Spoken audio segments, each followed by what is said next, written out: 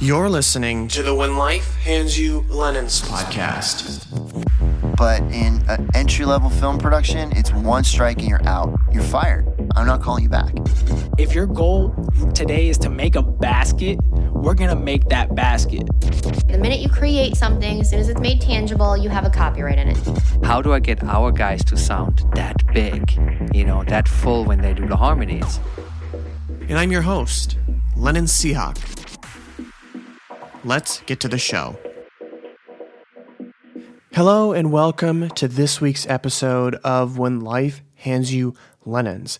My guest this week is Miss Vivian Belzaguy, and it's a little bit of a different episode, but I'm really excited to share it with you because we talk about the business of music, but we talk about the live section and the live sector of the music business, and more specifically, we're talking about event cleanliness and sustainability within these events.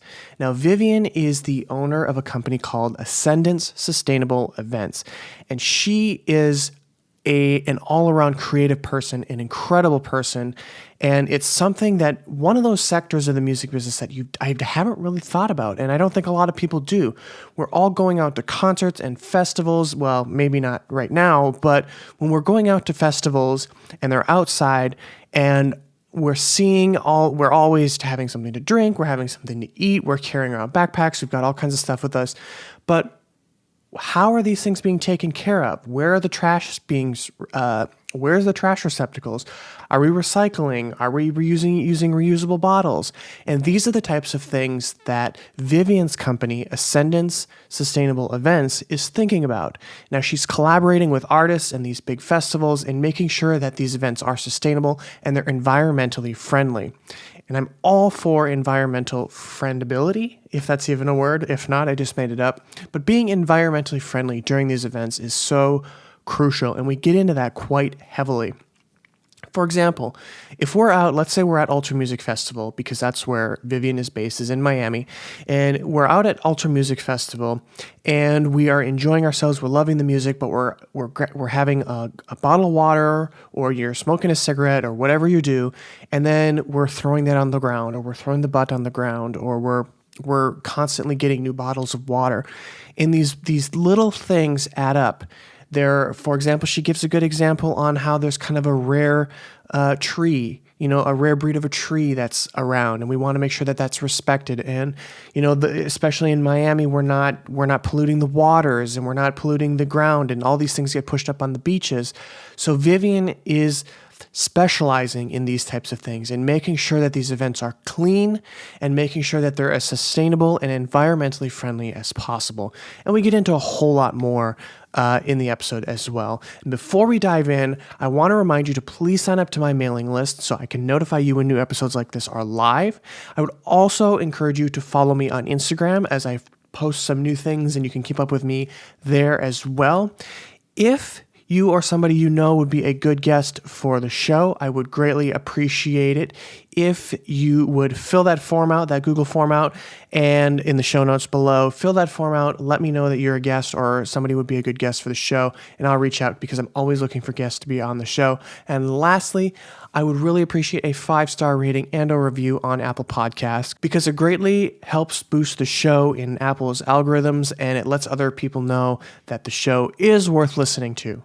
And I would really appreciate that. So without further ado, let's dive into my conversation with Miss Vivian Belzaguy.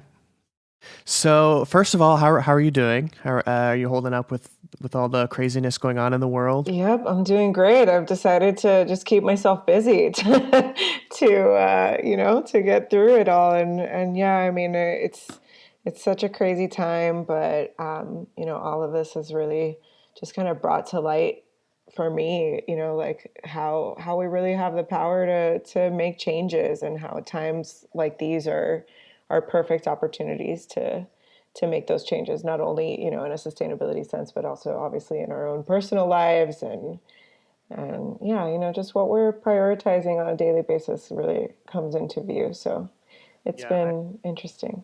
Yeah, I've heard from previous guests and then friends as well. They've kind of used this as as a time to kind of refocus themselves, or they're using it to work on other projects they haven't. Like for me personally, I've used it to work on projects that I've been procrastinating for so long. So it's been good. It's as dark as the time may be. It's definitely been a good thing for me. Definitely. Same. And it's Yeah. good. Yeah, there's so many projects like this one that, just require a lot of time and focus and really, it's things that I thought and wanted to get done even despite, a regularly busy schedule. And after doing it, it's like, man, I don't know if I could have really done that, Yeah. in a regular time. So I'm really quite grateful for all this time at home. It's great. And it's kind of good because, when we're hit with a situation like this where we're literally locked into our homes and we can't, it kind of forces us to really think about our ways and could we go back to normal, like go back to the life we were living a month and a half ago, or are we going to have to make changes now? Have we learned some things from society, from ourselves that's just gonna, we're gonna have to change to move forward, which I've thought, like, I don't know if I could just go back to normal. There's definitely gonna be a few minor changes in my life after Yeah. everything Yeah, comes I back. agree. I feel the same way. I think that, what this brings to light is that normal was not good for us.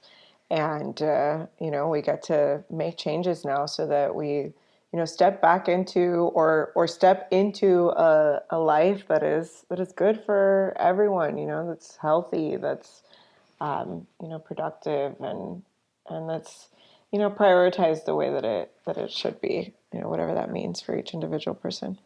Yeah, absolutely. And where are you coming to us from? So I'm in Miami, Florida. Yeah, it's actually, in the state of Florida, one of the hardest hit area by all of this. So it has been a little bit scary. But I'm actually really grateful. All of my friends and family and loved ones are doing fine, and we're happy and healthy here at home. So it's good. Yeah, where are you coming in from?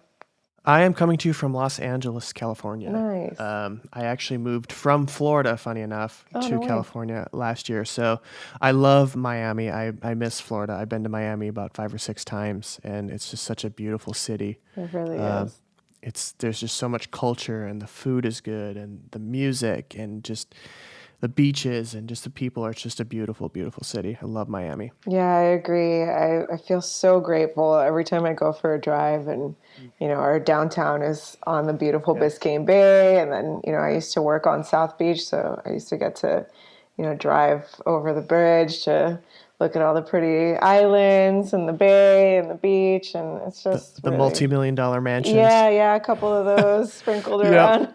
Yeah, definitely can dream for those. That's for Yeah, sure. yeah. Cool. So, as I was doing a little research on you and your company, it was from my understanding that you have a company called Ascendance Events, correct? Correct. So, Ascendance Sustainable Events. Ascendance Sustainable Events. And from my understanding upon my research is that you work with festivals and various events to make sure that they're kind of sustainable and that they're like recycling and things like that are kind of set up. Can you explain a little bit about what that is and what you do? Yeah, absolutely. So Ascendance, indeed, we focus on music festivals. That's been kind of, it's like where we come from. Me and my team, we're all kind of from this, this crew of people that have been going to music festivals, whether here in Miami or other parts in the world, just for fun, really. And we all kind of, took on sustainability as something that was important to us personally, and then decided to kind of bring it into professional realm and cross, these things that we love so much, and are so grateful for being able to work on these really cool programs. And just like you said, we bring sustainability programs to music festivals or other events. We've worked other events as well. But yeah, there's something really special about music events. I think, especially, we come from, kind of an electronic music background, and yeah, I just see so much power and so much so much good vibes going on in this scene, and Absolutely. yeah, so much ability to influence, to be a positive influence, and especially as we've seen the kind of the scene take its journey into becoming what it's become, right? Like, I mean, when we started going to music festivals or parties, they were much smaller, and the DJs weren't rock stars. They were just the guys that were playing the music, and we've seen in front of our eyes this become this global phenomenon, and so it's really, I think it's been kind of witnessing it becoming such an important platform that had kind of made me and my team think about how we can use it for positive change, that we think we kind of desperately need in this time, not just right now, but we've needed and hopefully we'll continue to see growing, as we, kind of face these issues that are happening in the environment. So, yeah. And what was your motivation to kind of start this and continue working with sustainability and making sure that these events are sustainable? So it was twofold. I've always worked in events. My whole career has been surrounding events, not particularly music festivals or electronic music festivals, I should say. But I kind of my first jobs out of college were promoting or producing concert style events.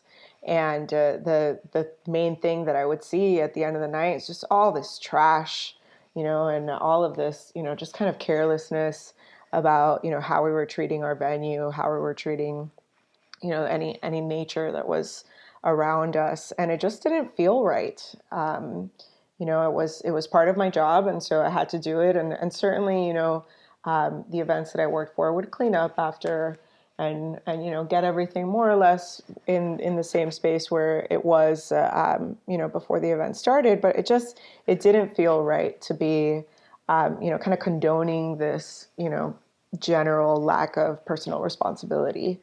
And then on top of that, I was, like I said, for fun, kind of, attending these music festivals and music events. And it started again not to feel right. Why am I participating in, in events that are doing this? Especially as I myself started to look for events that were more, kind of outdoors and in nature instead of being in a dark, smoky warehouse or club. Then I started realizing, wow, we're really having a negative impact here, and I don't feel good about participating in this anymore. And yeah, it just kind of came to a point where I was like, well, I can either just remove myself from this situation and not participate, but that's no fun. So how can I just, be a part of making that change, and how can I inspire the people who are in control here to, to do something about it? And so that's really where it started, and I'm happy to see where it's come so far.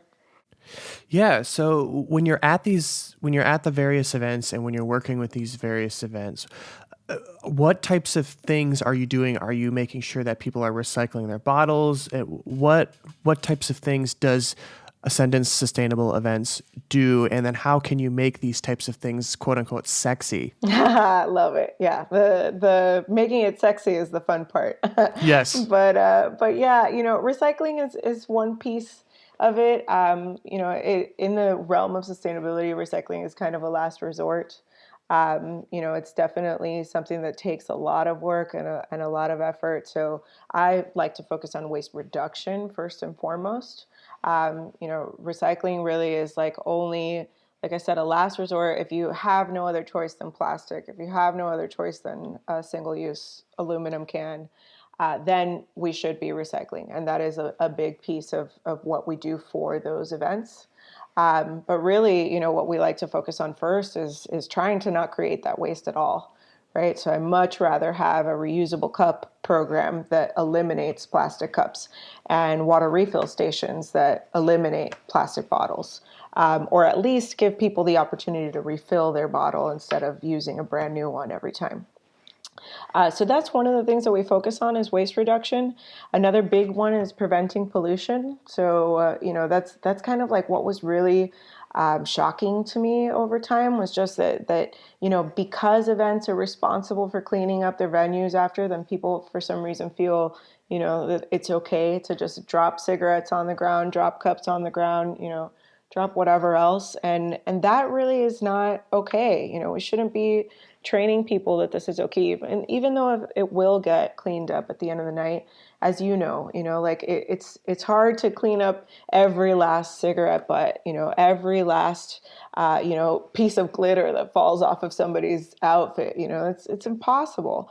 It's much harder to recover those things, especially the smaller things, and the smaller ones are the ones that can have a really, negative impact on the environment. These are these micro litters, as we call them. This is what, gets washed up by the rain and flows into storm drain systems and then flows out into our oceans. And so that's a big piece of what we focus on as well, is preventing pollution.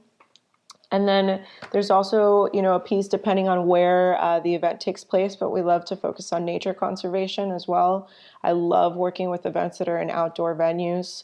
It's beautiful to have an event in an outdoor venue that's lined with trees and, open air. But so many times an event will go into these areas and they won't realize that there's like a rare tree, and they'll, nail a sign into it, or they'll do, they'll put, a bar around it, and then it'll get, like they'll spill alcohol on it. Like there's all sorts of things that can happen when you're not really, knowledgeable about the nature that might be in the area. So we love to focus on that, just kind of understanding what unique pieces of nature there might be in our venues, and making sure that we protect those and bring attention to them even, kind of look for opportunities to educate people on like, hey, this is actually a really cool place. We've got like 11 species of native trees and, birds and all sorts of stuff. So that's another piece that we focus on as well.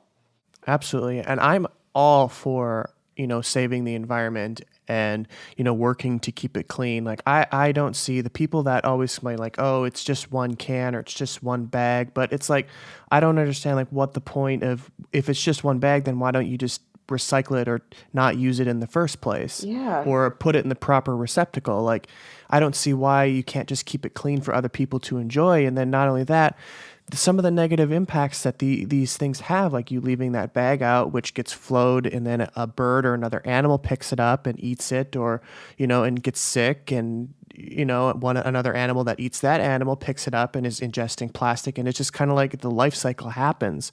Can you talk a little bit more about why this is so important and some of the negative impacts that just some of these micro litters can even cause? Yeah, I mean, I think you hit it right on the head. For me, the biggest impact is wildlife.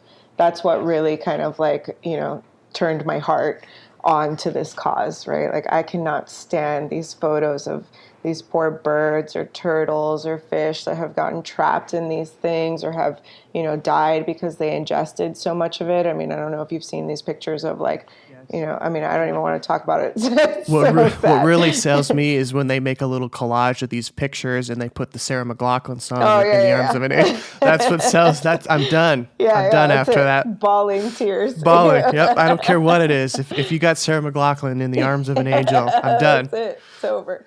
It's over. So yeah, the wildlife is a huge impact, and even, it when it seeps into the ground. I mean, here in Florida, that's something that people don't really understand, is that our groundwater, like, our drinking water comes from the Biscayne Aquifer, which lives underneath, layers and layers of ground and limestone, and then, this amazing, patch of water, of fresh water that we have underneath the state, or this area at least. And those pollutants that get into the soil, every time that it rains, a little bit more of that leaches into our drinking water. And so every time there's a cigarette that gets, dug into the ground and that someone doesn't pick up, the tiny microscopic toxins that we don't want to inhale, and that's why we don't smoke, that gets into our drinking water. And, multiply that by thousands and thousands of people that are at a music festival, smoking up to a pack a day, like it's just like like you said, people think it's just one cup, it's just one cigarette, it's just one this. Well, there's millions of us, billions of us on on this planet, and we have to realize that the just one is multiplied by all of that, and that it affects us all.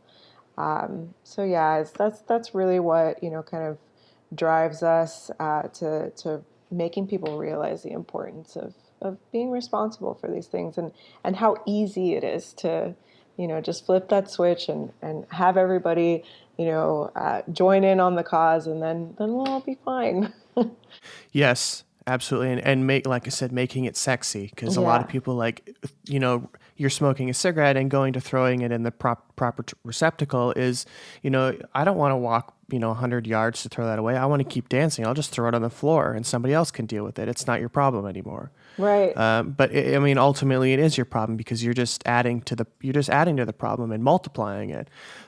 So when you're working these events, what are some of the issues that you kind of run into? Like, is it the lack of education? People don't understand like what they're doing is actually negatively impacting the environment. Is it just people being lazy? Like, what is it? Yeah, I think it's a little bit of everything. Certainly the education part, that plays a part. And it's so easy, to just put out some communications in advance of your event to make it clear that this is important to you, and to make sure people understand, right? Because I truly want to believe that in most cases, people don't intend to do the harm. They just really don't know. So education is a huge part. But then to your point, like, how do we make it easy? How do we make it sexy? For example, like I've worked with events, where we've made pocket ashtrays that are branded, with the event's branding on it, and they look cool, and we give them out for free as a gift. And all of a sudden you're building this awareness and ease around, okay, like, I shouldn't be throwing my cigarette butts on the ground, and now I have a really easy way to collect them and then throw them out later. So it's little things like that. Certainly artist partnerships are super impactful, and I hope to work on more of those. The ones that I have been, just, it's so easy. Once you get an artist involved that people already look up to, it's like, it's everybody's listening. So yeah, there's little, tricks that you can employ depending on who your audience is. Ideally, you have an audience that's already educated, and then you just kind of have to give them the tools.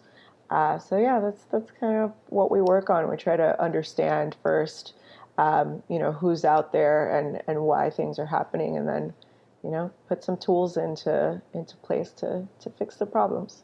Yeah, absolutely. And I see, like my generation, like the 18 to 25-year-olds, and a lot of the people that are attending these events, I would be willing to bet that a majority of them are very aware that the cups that they're using and the cigarettes that they're smoking and whatever else that they're doing is somewhat affecting the environment. And they know to an extent that it's not good, and that they should throw things away, or they should not, get a new cup every time they get something to drink.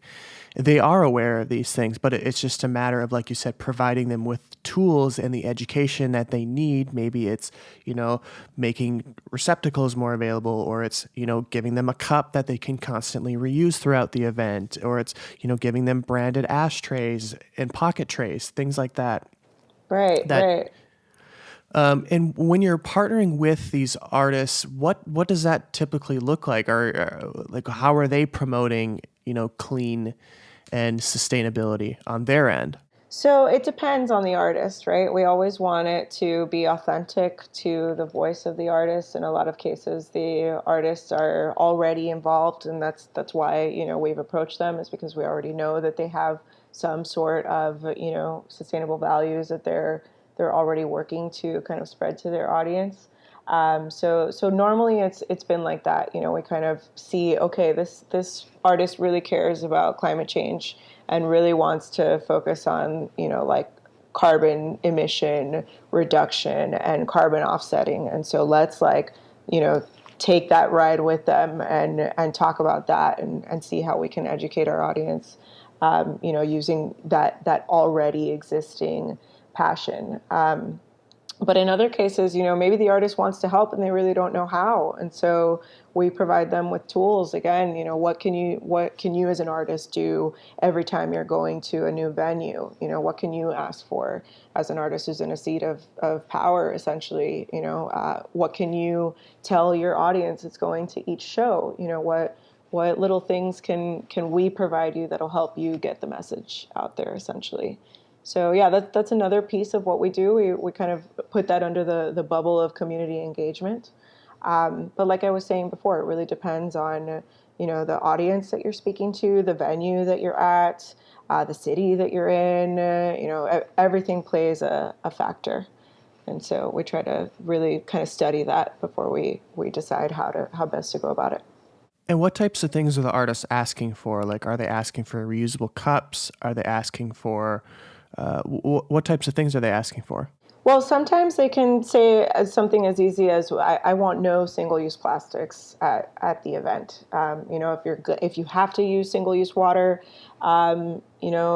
dispensers, then let's use some, aluminum cans instead of plastic to at least better the material that we're using. In other cases, like, for example, when you're at a club, most clubs use glass, right? They're not using plastic. So the artist will ask, well, let's make sure to be able to provide water refills for people in case, if they want to use their cup instead of a plastic bottle. That way we can cut down on that some. In other cases, an artist might say, I really care about carbon emissions, so let's encourage, carpooling or like public transportation as how to get to this event instead of everybody, coming in an individual car. So yeah, it really depends again on who the artist is and what they care about, and also where they're going to be performing.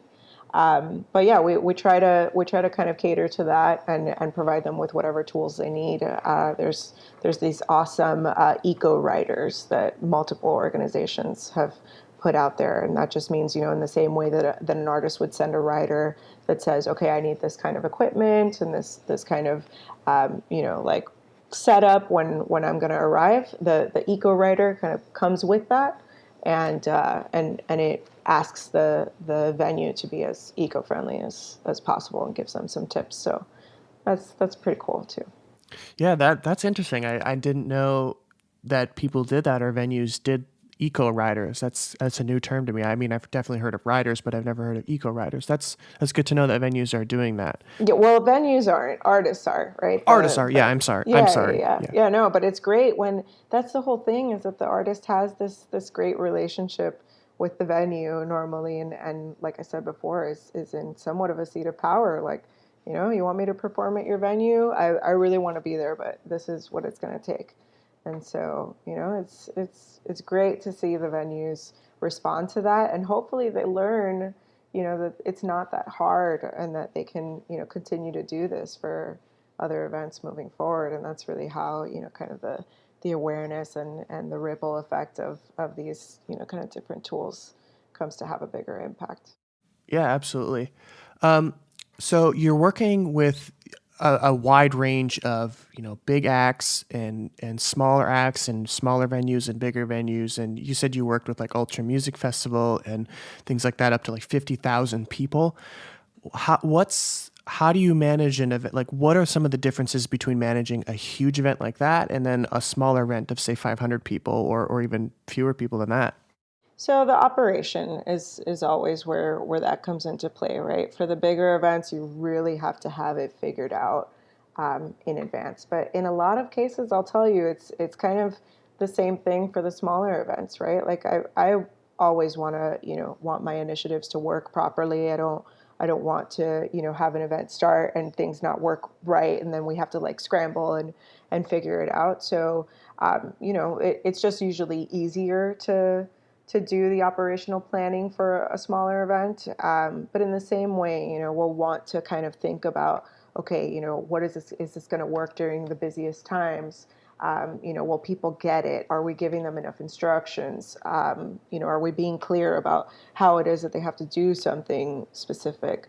So it's a lot more about the execution, for a big event. And so in that way, for smaller events, sometimes we can have a lot more initiatives, and they can not be like so overwhelming to have many initiatives. While at a bigger event, it might be smart to focus on just a few initiatives and make sure you get it right before kind of taking on a lot. In Ultra's case, we did both. We took on a lot of initiatives, and we executed them all, as I like to say, in excellence. But yeah, it depends on how much the festival or the event organizers want to take on, and how seriously they're taking the sustainability initiatives, and then you can kind of go from there. So out in Los Angeles, there's a lot of people host their own kind of events, like either it's in their backyard or at a friend's house, or like little house parties, house concerts. So for somebody who maybe doesn't have the resources that a venue has, and they just want to be a little bit more eco-friendly when they're doing their own events, say in their backyard, what are some things they can do aside from the couple of things that you mentioned, like encouraging carpooling and minimizing single-use plastics? Like, what are some of the things that people can kind of implement at home? Yeah, I mean, the single use thing is definitely the biggest thing, right? That's the first thing we see when we go to a house party or a smaller party. It's everybody's got their red Solo cups, everybody's got, the water bottles, and really it's when you're in someone's home, like that's the kind of least time you need that stuff, right? You're always going to have fresh water probably in the fridge, or, just able to drink tap. I mean, depending on where you are, but things like that are definitely kind of the first easiest, low-hanging fruit of what you can do is watching your single-use items. Then, of course, obviously preventing pollution.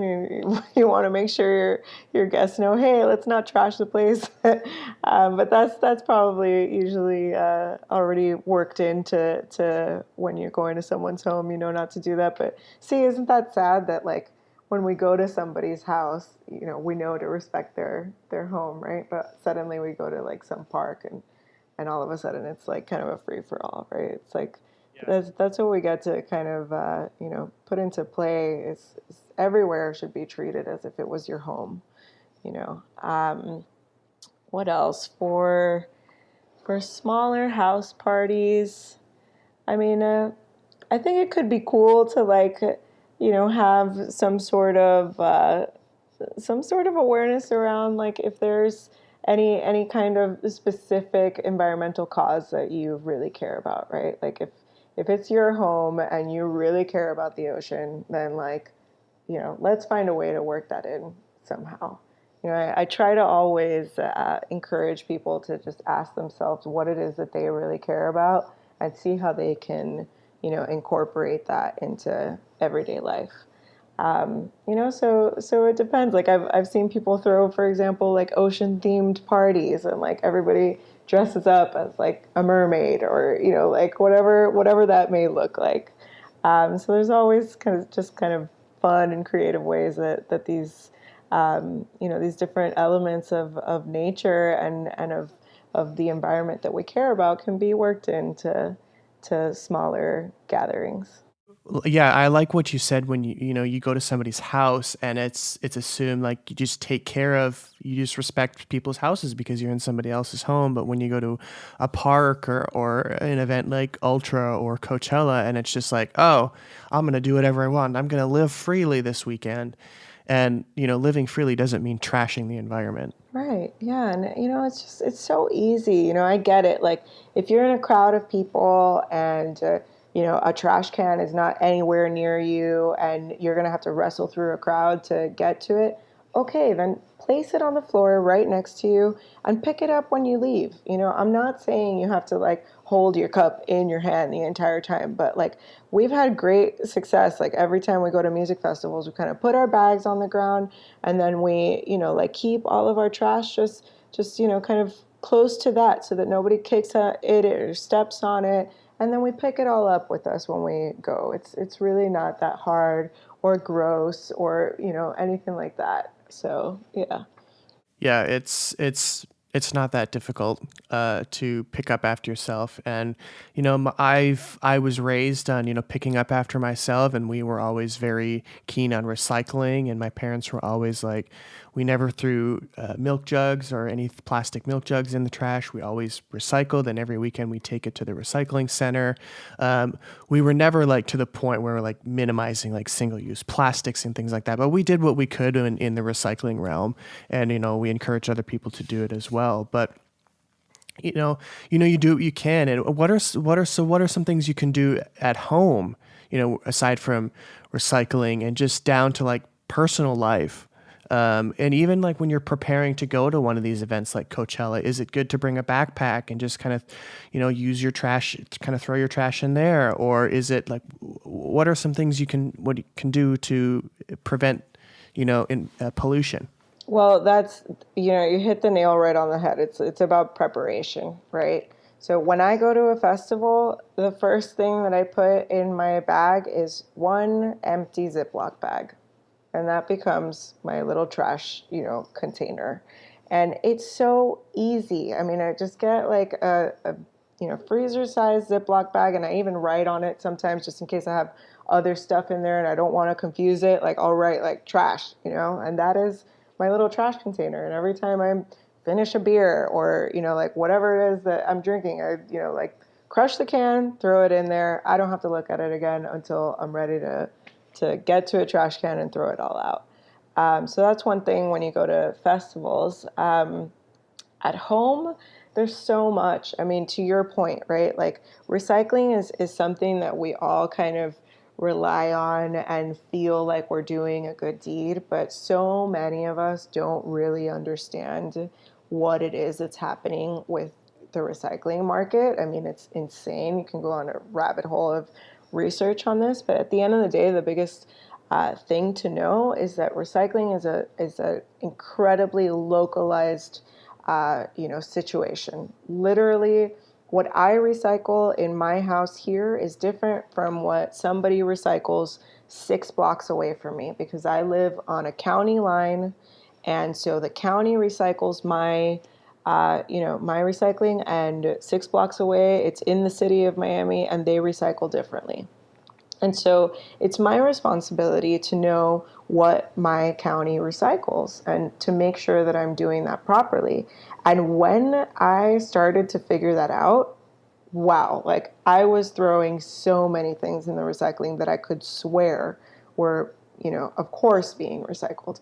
And suddenly I had all of this stuff that I, found out is not recyclable. And then I'm realizing that I'm really just sending all of these like hard plastics and glass and, and all of these like, containers that could really live on forever. That's what they're made for. And they're all going to landfill in a lot of cases. And so I just encourage for everybody who relies on recycling as like their method of sustainability to really, really understand what it is that's being recycled at your local facility, and then start to realize how you can reduce the things that aren't being recycled. Because, for example, in my house, I thought that glass was being recycled here, and it's not. It's unfortunately just there's no market for glass. And so never again did I just throw out a glass container. Like the mason jars that our spaghetti sauces come in, we wash them out and we use them as cups or plant plants in them or whatever. We find something to do with it. So it's little things like that that really just start to open your awareness to, wow, I thought that I was being good, and maybe it's unfortunate, it's not my fault, but I'm not, so how can I start, just kind of making little changes like that? Yeah. And when I was younger, I would I had a couple of friends that we'd spend the night or whatever. And one of them, they didn't recycle everything. Like we'd throw, soda cans and plastic milk jugs and glass bottles. And I would say, where's the recycling bin? Like, we don't have one. I'm like, you haven't started recycling yet. And I would always like bother and pester him, and he would get kind of mad about it and upset. But it's just like, it just broke my heart to see that they weren't recycling. And because we never, like in our household, we never threw glass, plastic, anything like that in the trash. It was always go in the recycling in the garage.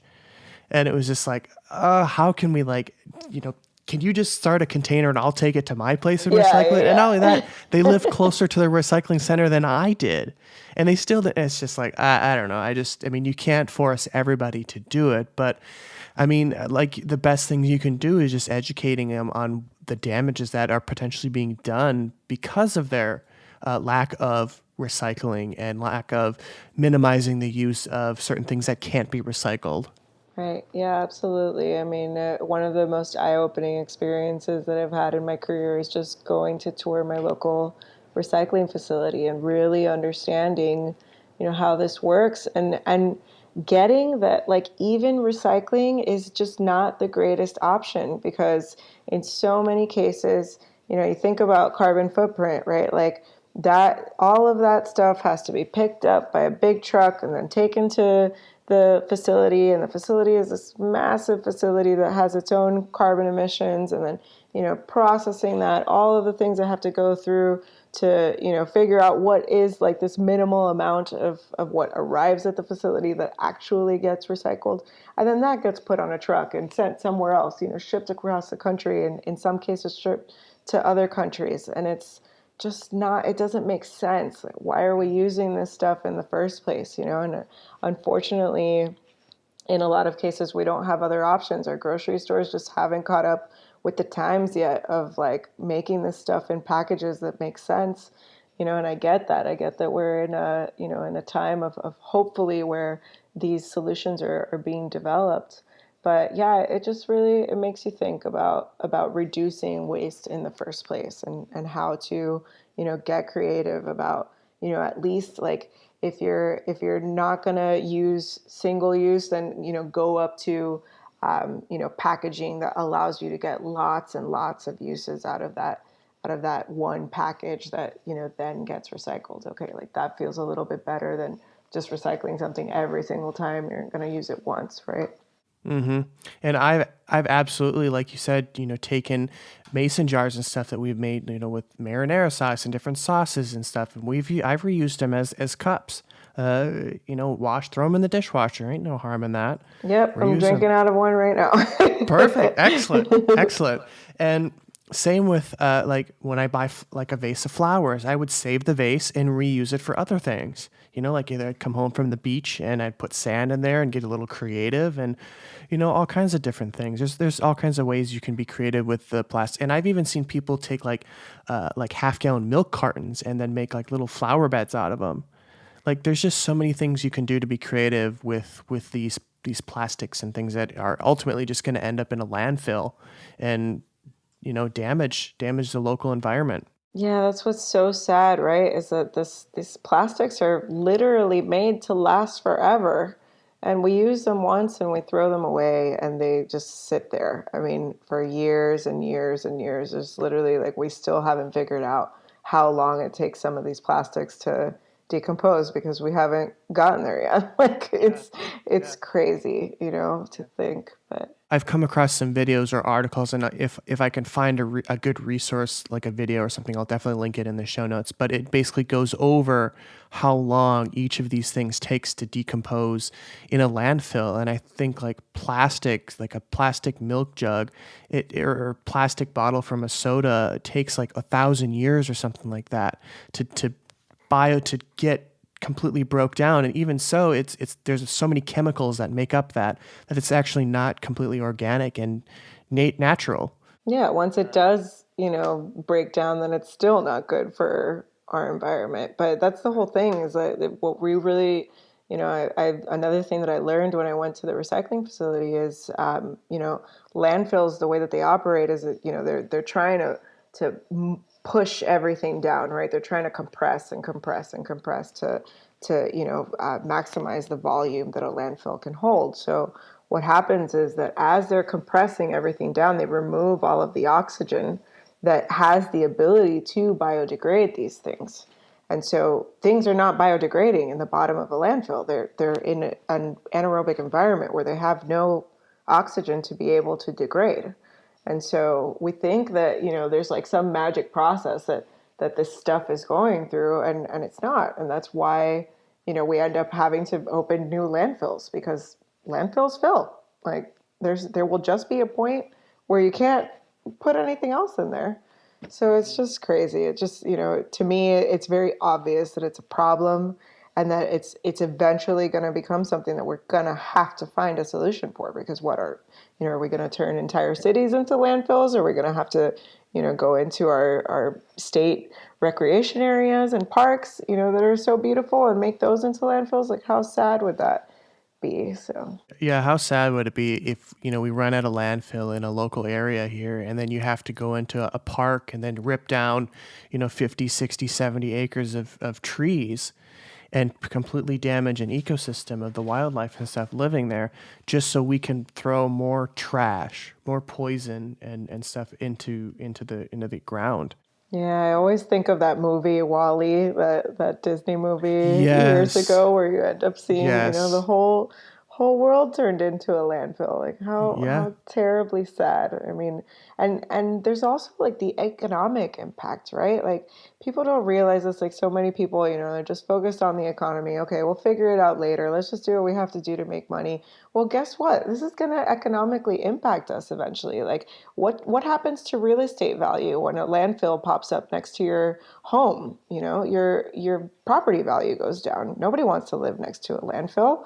And then what happens when the beaches are full of pollution? Nobody wants to come to that beach. Your tourism drops. Your hotels no longer have people in them. Like, this is not just about, we're tree huggers and we want to save the planet. Like, yes, that's my main priority, but this should be a priority for everyone. It's going to affect business. It's going to affect, people's personal lives, and the short-sightedness sometimes is astounding. But if we look at this from a long-term play perspective, I mean, there's just so much negative impact that can happen if we don't get this all figured out soon.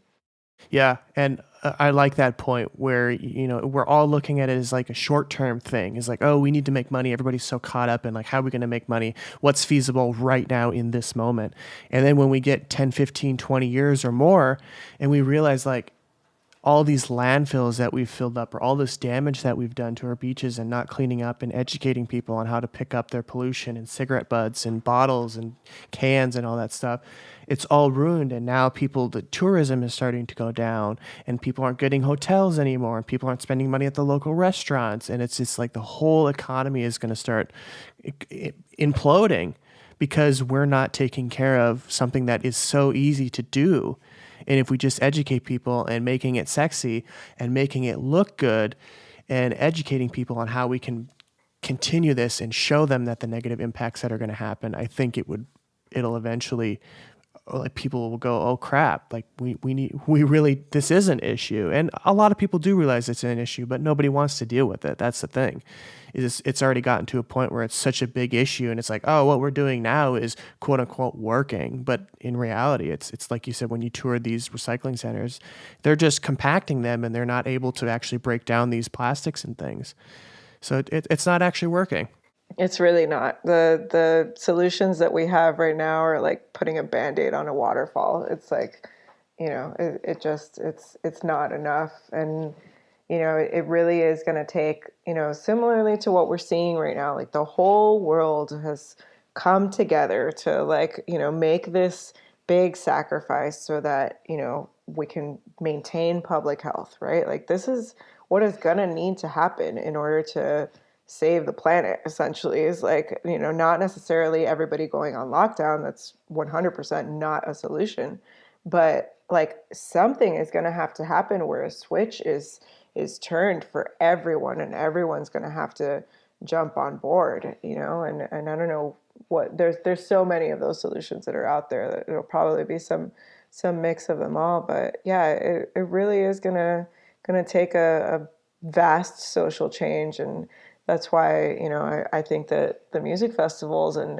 the events that we go to when they come back will be a really good platform for getting people to realize that this is the time to kind of take this on personally. And I think that that's the mindset that people will go into, hopefully, is I know I'm going into it like, okay, there are things that I'm going to have to change in my life, and I'm going to have to understand that other people are going to change as well. So it's just like we're going into this mindset of things are going to be changing. We're going to experience new things. We're going to have to try new things, and we're going to have to make this new normal kind of a new way of life. And it's kind of shifting everybody's perspectives. Right, absolutely. And that's what our hope is, right? Everybody's just kind of fighting the good fight of trying to build awareness and education and inspiring social change is that's what we're hoping for, that people pick it up and really, make a change. Absolutely. Somewhat off topic, but kind of related, is a week or two ago, I don't know if you're following like the types of stock market and stuff like that, but oil, the price of a barrel has dropped drastically. Like it was like in the negatives, and it's never happened like that. And basically, people on Twitter were basically explaining it as they were paying people, they would pay you $30 to take oil off their hands, and they can't just shut the oil rigs off. But it's getting to a point where we're running out of place to store oil. And we obviously know oil is not good for the environment by both mining it and then when you put into cars and then turned into carbon monoxide. And it's just like that's what's going to happen to the landfills. And it's just like it's already starting to happen when a situation like this comes about. I mean, we're running out of place to put oil, and then the people were they're panicking, like, what are we going to do when we run out of places to store all of this oil? Like, where is it going to go? Yeah, which is crazy to me. Like, I don't know the insides of it. It's like, can't we just stop mining for it? But I don't know how that works.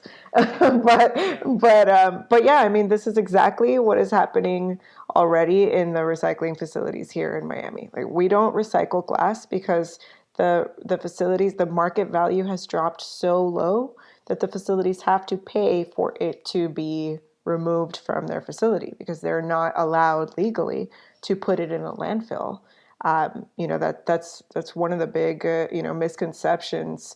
At least here is that people think, oh, they take all that stuff to the landfill anyway, like recycling is a lie. No, that's not true. The recycling facility legally has to do something with that material that is not landfill, unless it is not a recyclable material in the first place.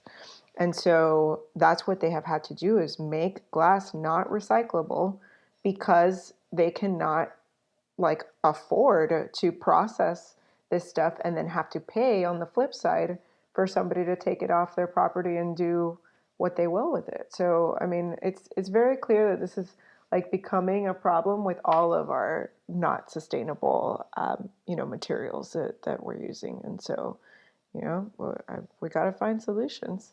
Yeah, we've got to find solutions. And thankfully, there are companies and people out there that are really pushing for it. And hopefully that these people continue to persevere and people continue to educate themselves that, whether it be, buying an electric vehicle or whether it being more recycling or whether it be reducing these types of things or, just educating themselves on how to keep the planet clean. And, I don't want to live in filth. Like, it's why we clean our houses every day or every weekend. Like, nobody wants to live in filth. Why would you want to go out to a park and find litter all over the place? It's the same concept. So it's just kind of getting those mindsets in and getting people out of the mindset of, oh, it's just one cigarette, it's just one can, it's just one bottle.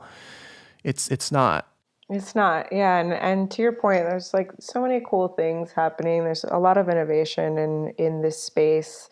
And so if we just start to care and research and look into what is available to us on a regular basis, and there are solutions that are coming up, and maybe they're not the cheapest and maybe they're not the easiest, but they work. And so how do we get it to a point where those solutions are more readily accessible and affordable is we support them, right? So there's these reusable programs now. I'm actually looking into one that instead of for example, all of your toiletries, like your shampoo, your conditioner, soaps, they all come in these reusable bottles. And so you pay a deposit on the bottle and it's like a subscription service. And so every time I need more shampoo, then I let them know and they'll send me, a refill. And so I just use the same bottle over and over again.